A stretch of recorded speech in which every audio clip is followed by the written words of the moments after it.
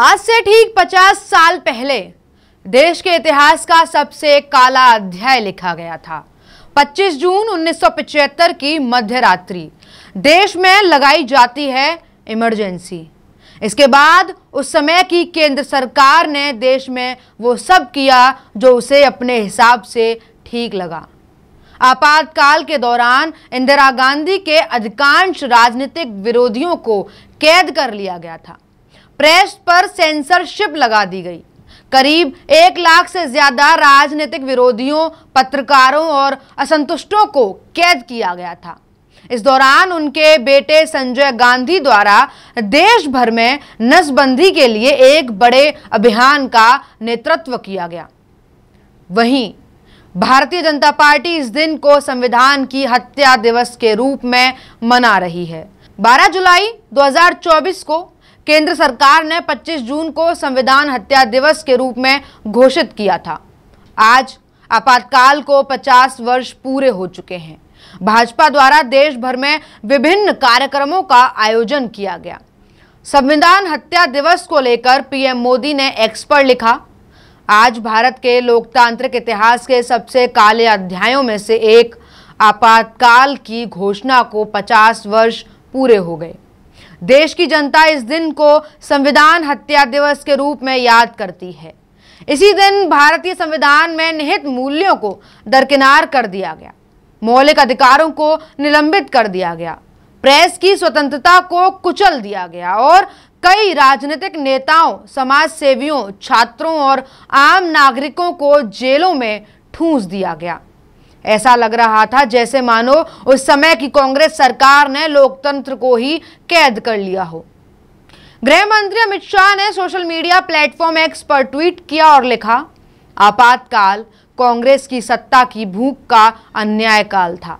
25 जून 1975 को लगे आपातकाल में देशवासियों ने जो पीड़ा और यातना सही, उसे नई पीढ़ी जान सके, इसी उद्देश्य से मोदी सरकार ने इस दिन को संविधान हत्या दिवस का नाम दिया।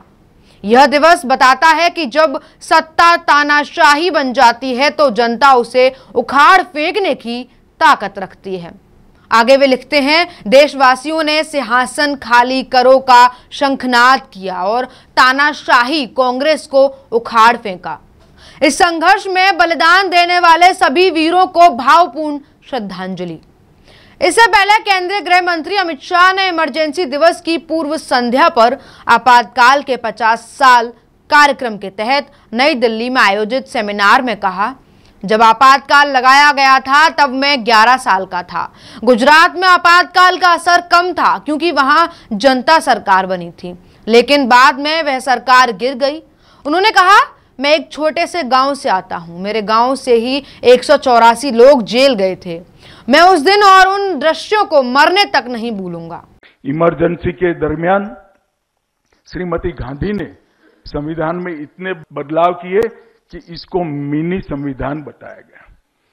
प्रीएम्बल बदल दिया, आर्टिकल 14 बदल दिया गया, 7th शेड्यूल बदल दिया गया, 40 अलग अलग क्लॉज बदल दिए गए, नए अनुच्छेद डाले गए, नए खंड डाले गए और 42वां संविधान संशोधन इसने तो इंतहाई कर दी, बेसिक स्ट्रक्चर को भी बदल दिया और न्यायपालिका क्षुब्ध हो गई क्योंकि न्यायपालिका में न्याय देने वाले पहले ही अपने अनुकूल बनाकर रखे हुए थे और संशोधन के 59वें खंड ने अंततोगत्वा सुप्रीम कोर्ट की शक्तियों को भी छीन लेने का काम किया, लोकतांत्रिक अधिकारों को खत्म कर दिया और एजेंसीज का जो दुरुपयोग हुआ वो भारतीय समाज, ये देश, इस देश की जनता कभी नहीं भुला सकती है। इसीलिए नरेंद्र मोदी सरकार ने एक निर्णय किया है कि हम संविधान हत्या दिन मनाएंगे क्योंकि ये समग्र राष्ट्र की चिर स्मृति में रहना चाहिए कि जब लोकतांत्रिक तरीके से चुनकर कोई व्यक्ति तानाशाह बनता है तब देश को कैसे दुष्परिणाम भोगने पड़ते हैं। इधर कांग्रेस के राष्ट्रीय अध्यक्ष मल्लिकार्जुन खड़गे ने भाजपा के संविधान हत्या दिवस को लेकर निशाना साधा। खड़गे ने कहा, देश की आजादी में जिनका कोई योगदान नहीं रहा वो संविधान के खिलाफ बातें करते हैं। बीजेपी संविधान बचाओ यात्रा से घबरा रही है। जो लोग संविधान बचाओ की बात अब कर रहे हैं, इमरजेंसी 50 साल होने के बाद इमरजेंसी का फिर से वो बार बार दोहरा रहे हैं। जो चीज को सभी ने भूल दिया था और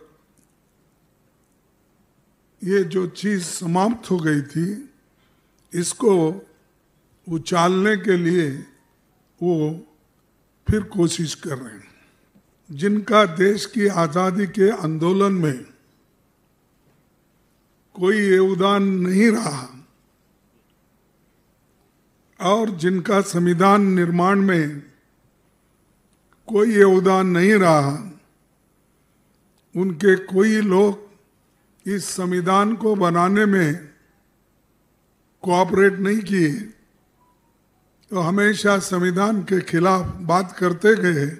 लेखक और पत्रकार स्वर्गीय शशिंद्र जलधारी, जो एक आपातकाल के दौरान 3 महीने के लिए जेल में निरुद्ध रहे थे, उन्होंने पूर्व प्रधानमंत्री इंदिरा गांधी और 1975 में लगाए गए आपातकाल को अपनी एक कविता के माध्यम से कुछ इस तरह बयां किया था कि 25 जून 1975 जब ग्रहण लगा लोकतंत्र के सूरज पर, छा गया आपातकाल का अंधियारा, कतर दिए मौलिक अधिकारों के पर। था वो जुल्मो सितम का दौर, नहीं पता था होगी भोर, ठूस ठूस कर भर दी जेलें, रौन डाला कानून चहोर। वो बन बैठी थी तानाशाह केवल सत्ता की खातिर, कहने को थी वो नारी पर थी वो दिल से अति शातिर। पूरा देश ही बना दिया था एक किस्म का बंदी गृह, न अपील थी न दलील थी, न सुना जा रहा था अनुग्रह। हमें ना कहो तुम मीसा बंदी, हम हैं लोकतंत्र के प्रहारी, आजादी की रक्षा के हित जान भी दे देंगे हम अपनी। स्वतंत्र भारत के इतिहास का था वो एक काला अध्याय, जिसकी हर पंक्ति में लिखा था मनमानी और अन्याय। दोबारा वो काले दिन अब हम नहीं लौटने देंगे, तोड़ देंगे उन हाथों को जो जनतंत्र का गला घोटेंगे। प्रजातंत्र के रक्षक हैं हम, लेते आज सब मिलकर प्रण, सहन नहीं करेंगे हम अब भारत मां पर कोई आक्रमण। तानाशाही की मुखालिफत को नाम दिया था देशद्रोह, अगर यही सच है तो फिर हम करेंगे बार बार विद्रोह।